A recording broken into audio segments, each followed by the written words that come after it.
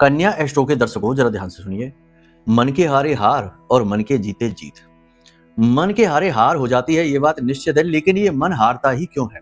देखो, अगर आपको अपने जीवन में ये 4 संकेत मिल रहे हैं तो समझो कि आपकी जन्म पत्री में चंद्रमा बहुत बुरी स्थिति में है। चंद्रमा मन सो जाता है, चंद्रमा ही तो आपका मन है। चंद्रमा कमजोर है तो मन हारेगा ही। तो ये 4 संकेत हैं, इन्हें देख लो आप और फिर उसके बाद इनके उपाय भी बताते हैं, ठीक है? सबसे पहला संकेत, माँ का स्वास्थ्य खराब रहना, माँ के साथ आपकी अनबन रहना, उतना सपोर्ट न मिल पाना जितना कि मिलना चाहिए।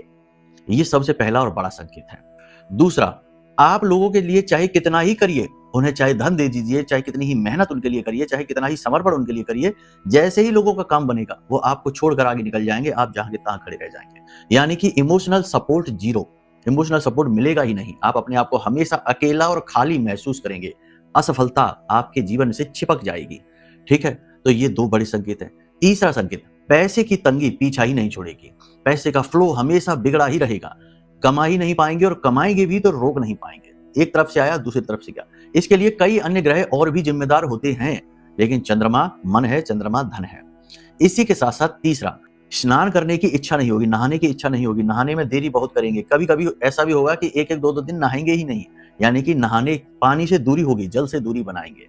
चंद्रमा खराब है तो बहुत सारे लोग आपने देखे हैं ना कि जो कहते हैं कि हाँ हम स्नान करने जा रहे हैं, नहाने जा रहे हैं, लेकिन पता चला कि घंटों बैठ के मोबाइल ही स्क्रॉल कर रहे हैं, टॉवल गले में डाले बैठे हैं, लेकिन जा नहीं रहे नहाने के लिए। इन लोगों का चंद्रमा खराब है, ठीक है? और भी बहुत सारी चीजें हैं चंद्रमा से जुड़ी जो बताई जा सकती हैं, लेकिन समय सीमित होता है।